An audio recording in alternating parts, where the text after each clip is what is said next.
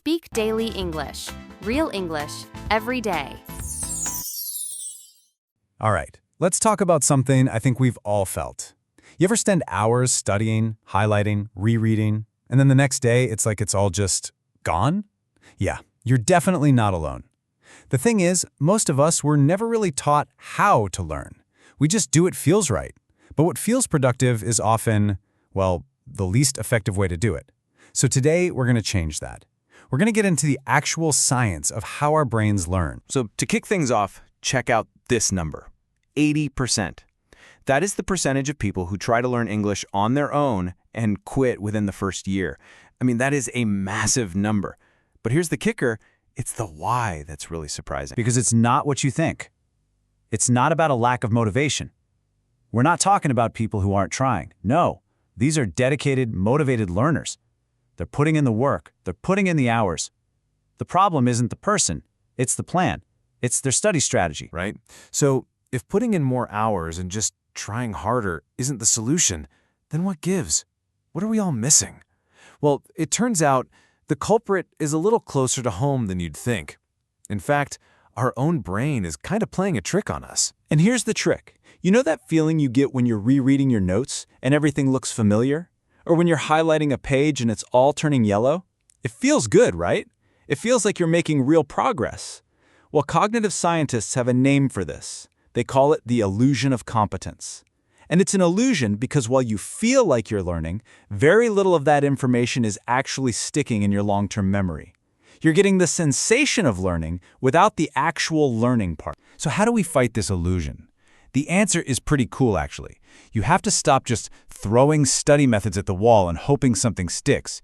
You need to start thinking like a scientist about your own brain. I'm telling you, just understanding the basics of how your mind is wired is the absolute biggest step you can take to becoming a seriously effective learner. And that brings us to this big fancy word, metacognition. It sounds kind of complicated, I know, but all it really means is thinking about your own thinking. That's it. It's the ability to kind of step outside of yourself for a second and just ask, hey, is this actually working? Am I really getting this, or am I just fooling myself again? That self-awareness, that is the master key to unlocking pretty much everything. So in the real world, what does this look like? Well, it's about changing that little voice in your head. Instead of it saying, I just need to study more, it starts saying something like this. Okay, hold on. Let me think about what's working and what's not, and figure out the best way for me to learn this. See the difference? It's a total shift from brute force to being strategic, to being intentional. Okay, so once you've got that scientist mindset, you get to unlock your brain's two, let's call them superpowers. And I'm not kidding. These are two of the most powerful, scientifically proven strategies out there for absolutely crushing that illusion of learning we talked about. So let's look at the first one. Think about passive review versus something called active recall.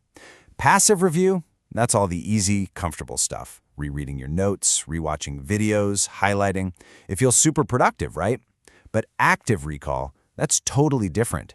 It's when you force your brain to pull information out from memory, things like self-testing or trying to explain a concept out loud. And you know what? It feels hard. It's supposed to feel hard. That struggle, that mental effort, that is what's literally building and strengthening the memory connections in your brain. But okay, even if you're using active recall, we still have another enemy to fight. And that enemy is just forgetting. It's a natural process. This chart here shows what's called the forgetting curve. It basically shows that if we don't do anything to review what we've learned, we forget most of it, and we forget it fast. But don't stress, because this is where our second superpower comes into play. And the solution is a brilliant little technique called spaced repetition. So instead of cramming everything at once, you strategically review things over time, with the gaps between reviews getting longer and longer. Maybe you review something after one day, then again after 3 days, then a week later, and so on. Every single time you do that, right when you're about to forget it, you basically hit the reset button on that forgetting curve. You're sending a giant flashing signal to your brain that says, hey, this stuff is important, don't delete it. And that, my friends, is how you systematically lock information into your long-term memory. All right, so now we have our two superpowers, right? Active recall and spaced repetition. They're a killer combo.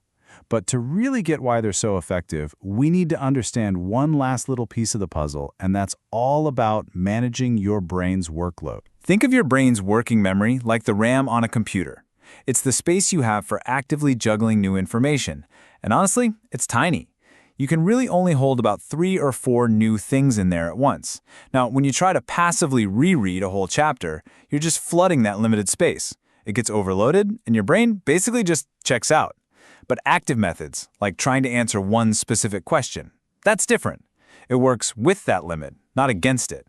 And this whole idea is what we call managing your cognitive load. Okay, I know that was a lot of sciencey stuff, so let's boil it all down. Let's make this super simple and create an action plan that you can literally start using the minute this is over. It's just 3 steps. That's it. Step 1 is assess. Be real with yourself. Find just one passive habit you know you do all the time. Maybe it's rereading notes. Maybe it's just watching videos over and over. Step 2, replace.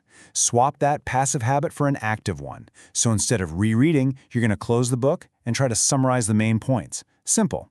And finally, step 3, schedule.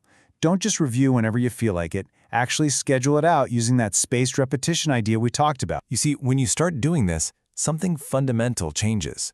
You're no longer just a student who's guessing or following old broken habits. Nope. You actually become a learning scientist.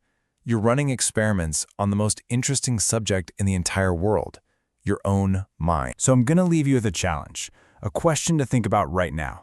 What is the one passive study habit you are going to replace starting today? Just pick one.